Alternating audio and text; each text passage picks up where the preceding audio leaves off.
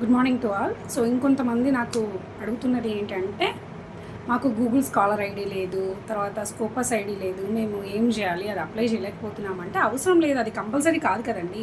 మీకు అక్కడ star mark ఉంటుంది. స్టార్ మార్క్ ఉన్నవి మాత్రం కంపల్సరీగా మనం ఫిల్ చేయాల్సినవి. ఏవైతే స్టార్ మార్క్ ఉండవో అవి మీరు ఫిల్ చేసినా చేయకపోయినా నో ప్రాబ్లం. నిజంగానే ఫిల్ చేసినా చేయకపోయినా నో ప్రాబ్లం. కాబట్టి మీరు గూగుల్ స్కాలర్ ఐడి లేదు, స్కోపస్ ఐడి లేదు, వెబ్ ఆఫ్ సైన్స్ ఐడి లేదు, తర్వాత సిఐడి ఐడి లేదు, ఇలా ఆర్సీఐడి లేదు అని చెప్తున్నారనమాట. అదే ORC ID.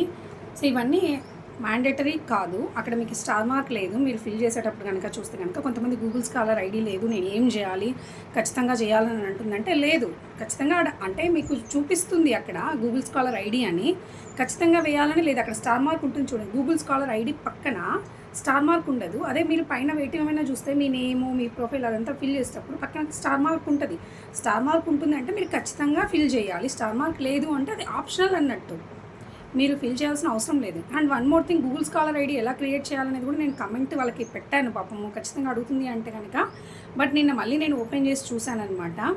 So Google scholar ID అనేది ఆప్షనల్, ఖచ్చితంగా ఫిల్ చేయాల్సిన అవసరం లేదు. అండ్ గూగుల్ స్కాలర్ ఐడి ఎలా వస్తుంది అంటే కనుక మనము గూగుల్ స్కాలర్ గూగుల్లోకి వెళ్ళి గూగుల్ స్కాలర్ అని ఓపెన్ చేస్తాము. ఓపెన్ చేస్తే మనకి ఒకటి ఓపెన్ అవుతుంది. అందులో మనకి అక్కడ ఐకాన్ కనిపిస్తుంది రైట్ సైడ్లో కార్నర్లో. కనిపించినప్పుడు ఆ ఐకాన్లో మనం క్లిక్ చేస్తే మనం ఒకసారి 3-4 మెయిల్ ఐడీస్ యూజ్ చేస్తూ ఉంటాం ఆ సిస్టంలో.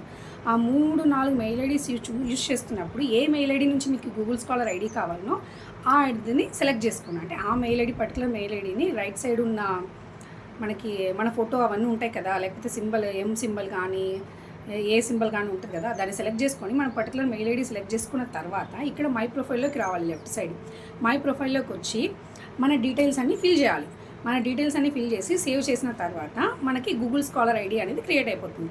సో గూగుల్ స్కాలర్ ఐడి అనేది అక్కడ ఎక్కడ మనకి కనిపించదు, ఐడి అని చెప్పేసి ఎక్కడ కనిపించదు. అప్పుడు కంగారు పడిపోతాం, ఏంటి ఫిల్ చేసాం కదా స్కాలర్ ఐడి కనిపించట్లేదు అని. పైన మనకు బ్రౌజింగ్ ఆప్షన్ ఉంటుంది కదండి, మనము సెర్చ్ ఇంజిన్లోకి వెళ్తే సెర్చ్ బార్లో ఉంటుంది కదా, అక్కడ మనం టైప్ చేస్తూ ఉంటాం కదా. సో అక్కడ మనకి ఈక్వల్ టు తర్వాత నుంచి యాంపర్సెంట్కి ముందు వరకు ఒక నెంబర్ ఉంటుంది. అంటే కోడ్ ఉంటుంది, నెంబర్ అనేది కాదు, అంటే ఆల్ఫాబెట్స్ అన్ని మిక్స్ అయి ఉంటుంది. సో ఈక్వల్ టు తర్వాత యాంపర్సెంట్కి ముందు వరకు ఆ మధ్యలో ఉండేది that is our Google scholar ID అనమాట.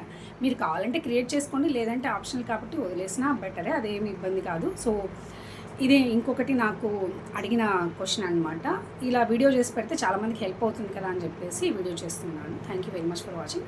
నిజంగా మీకు ఇది హెల్ప్ అయితే కనుక లైక్ చేయండి. ఇలాంటి ఇన్ఫర్మేషన్ ఇంకా కావాలి అంటే సబ్స్క్రైబ్ కూడా చేసుకోవడానికి ట్రై చేయండి.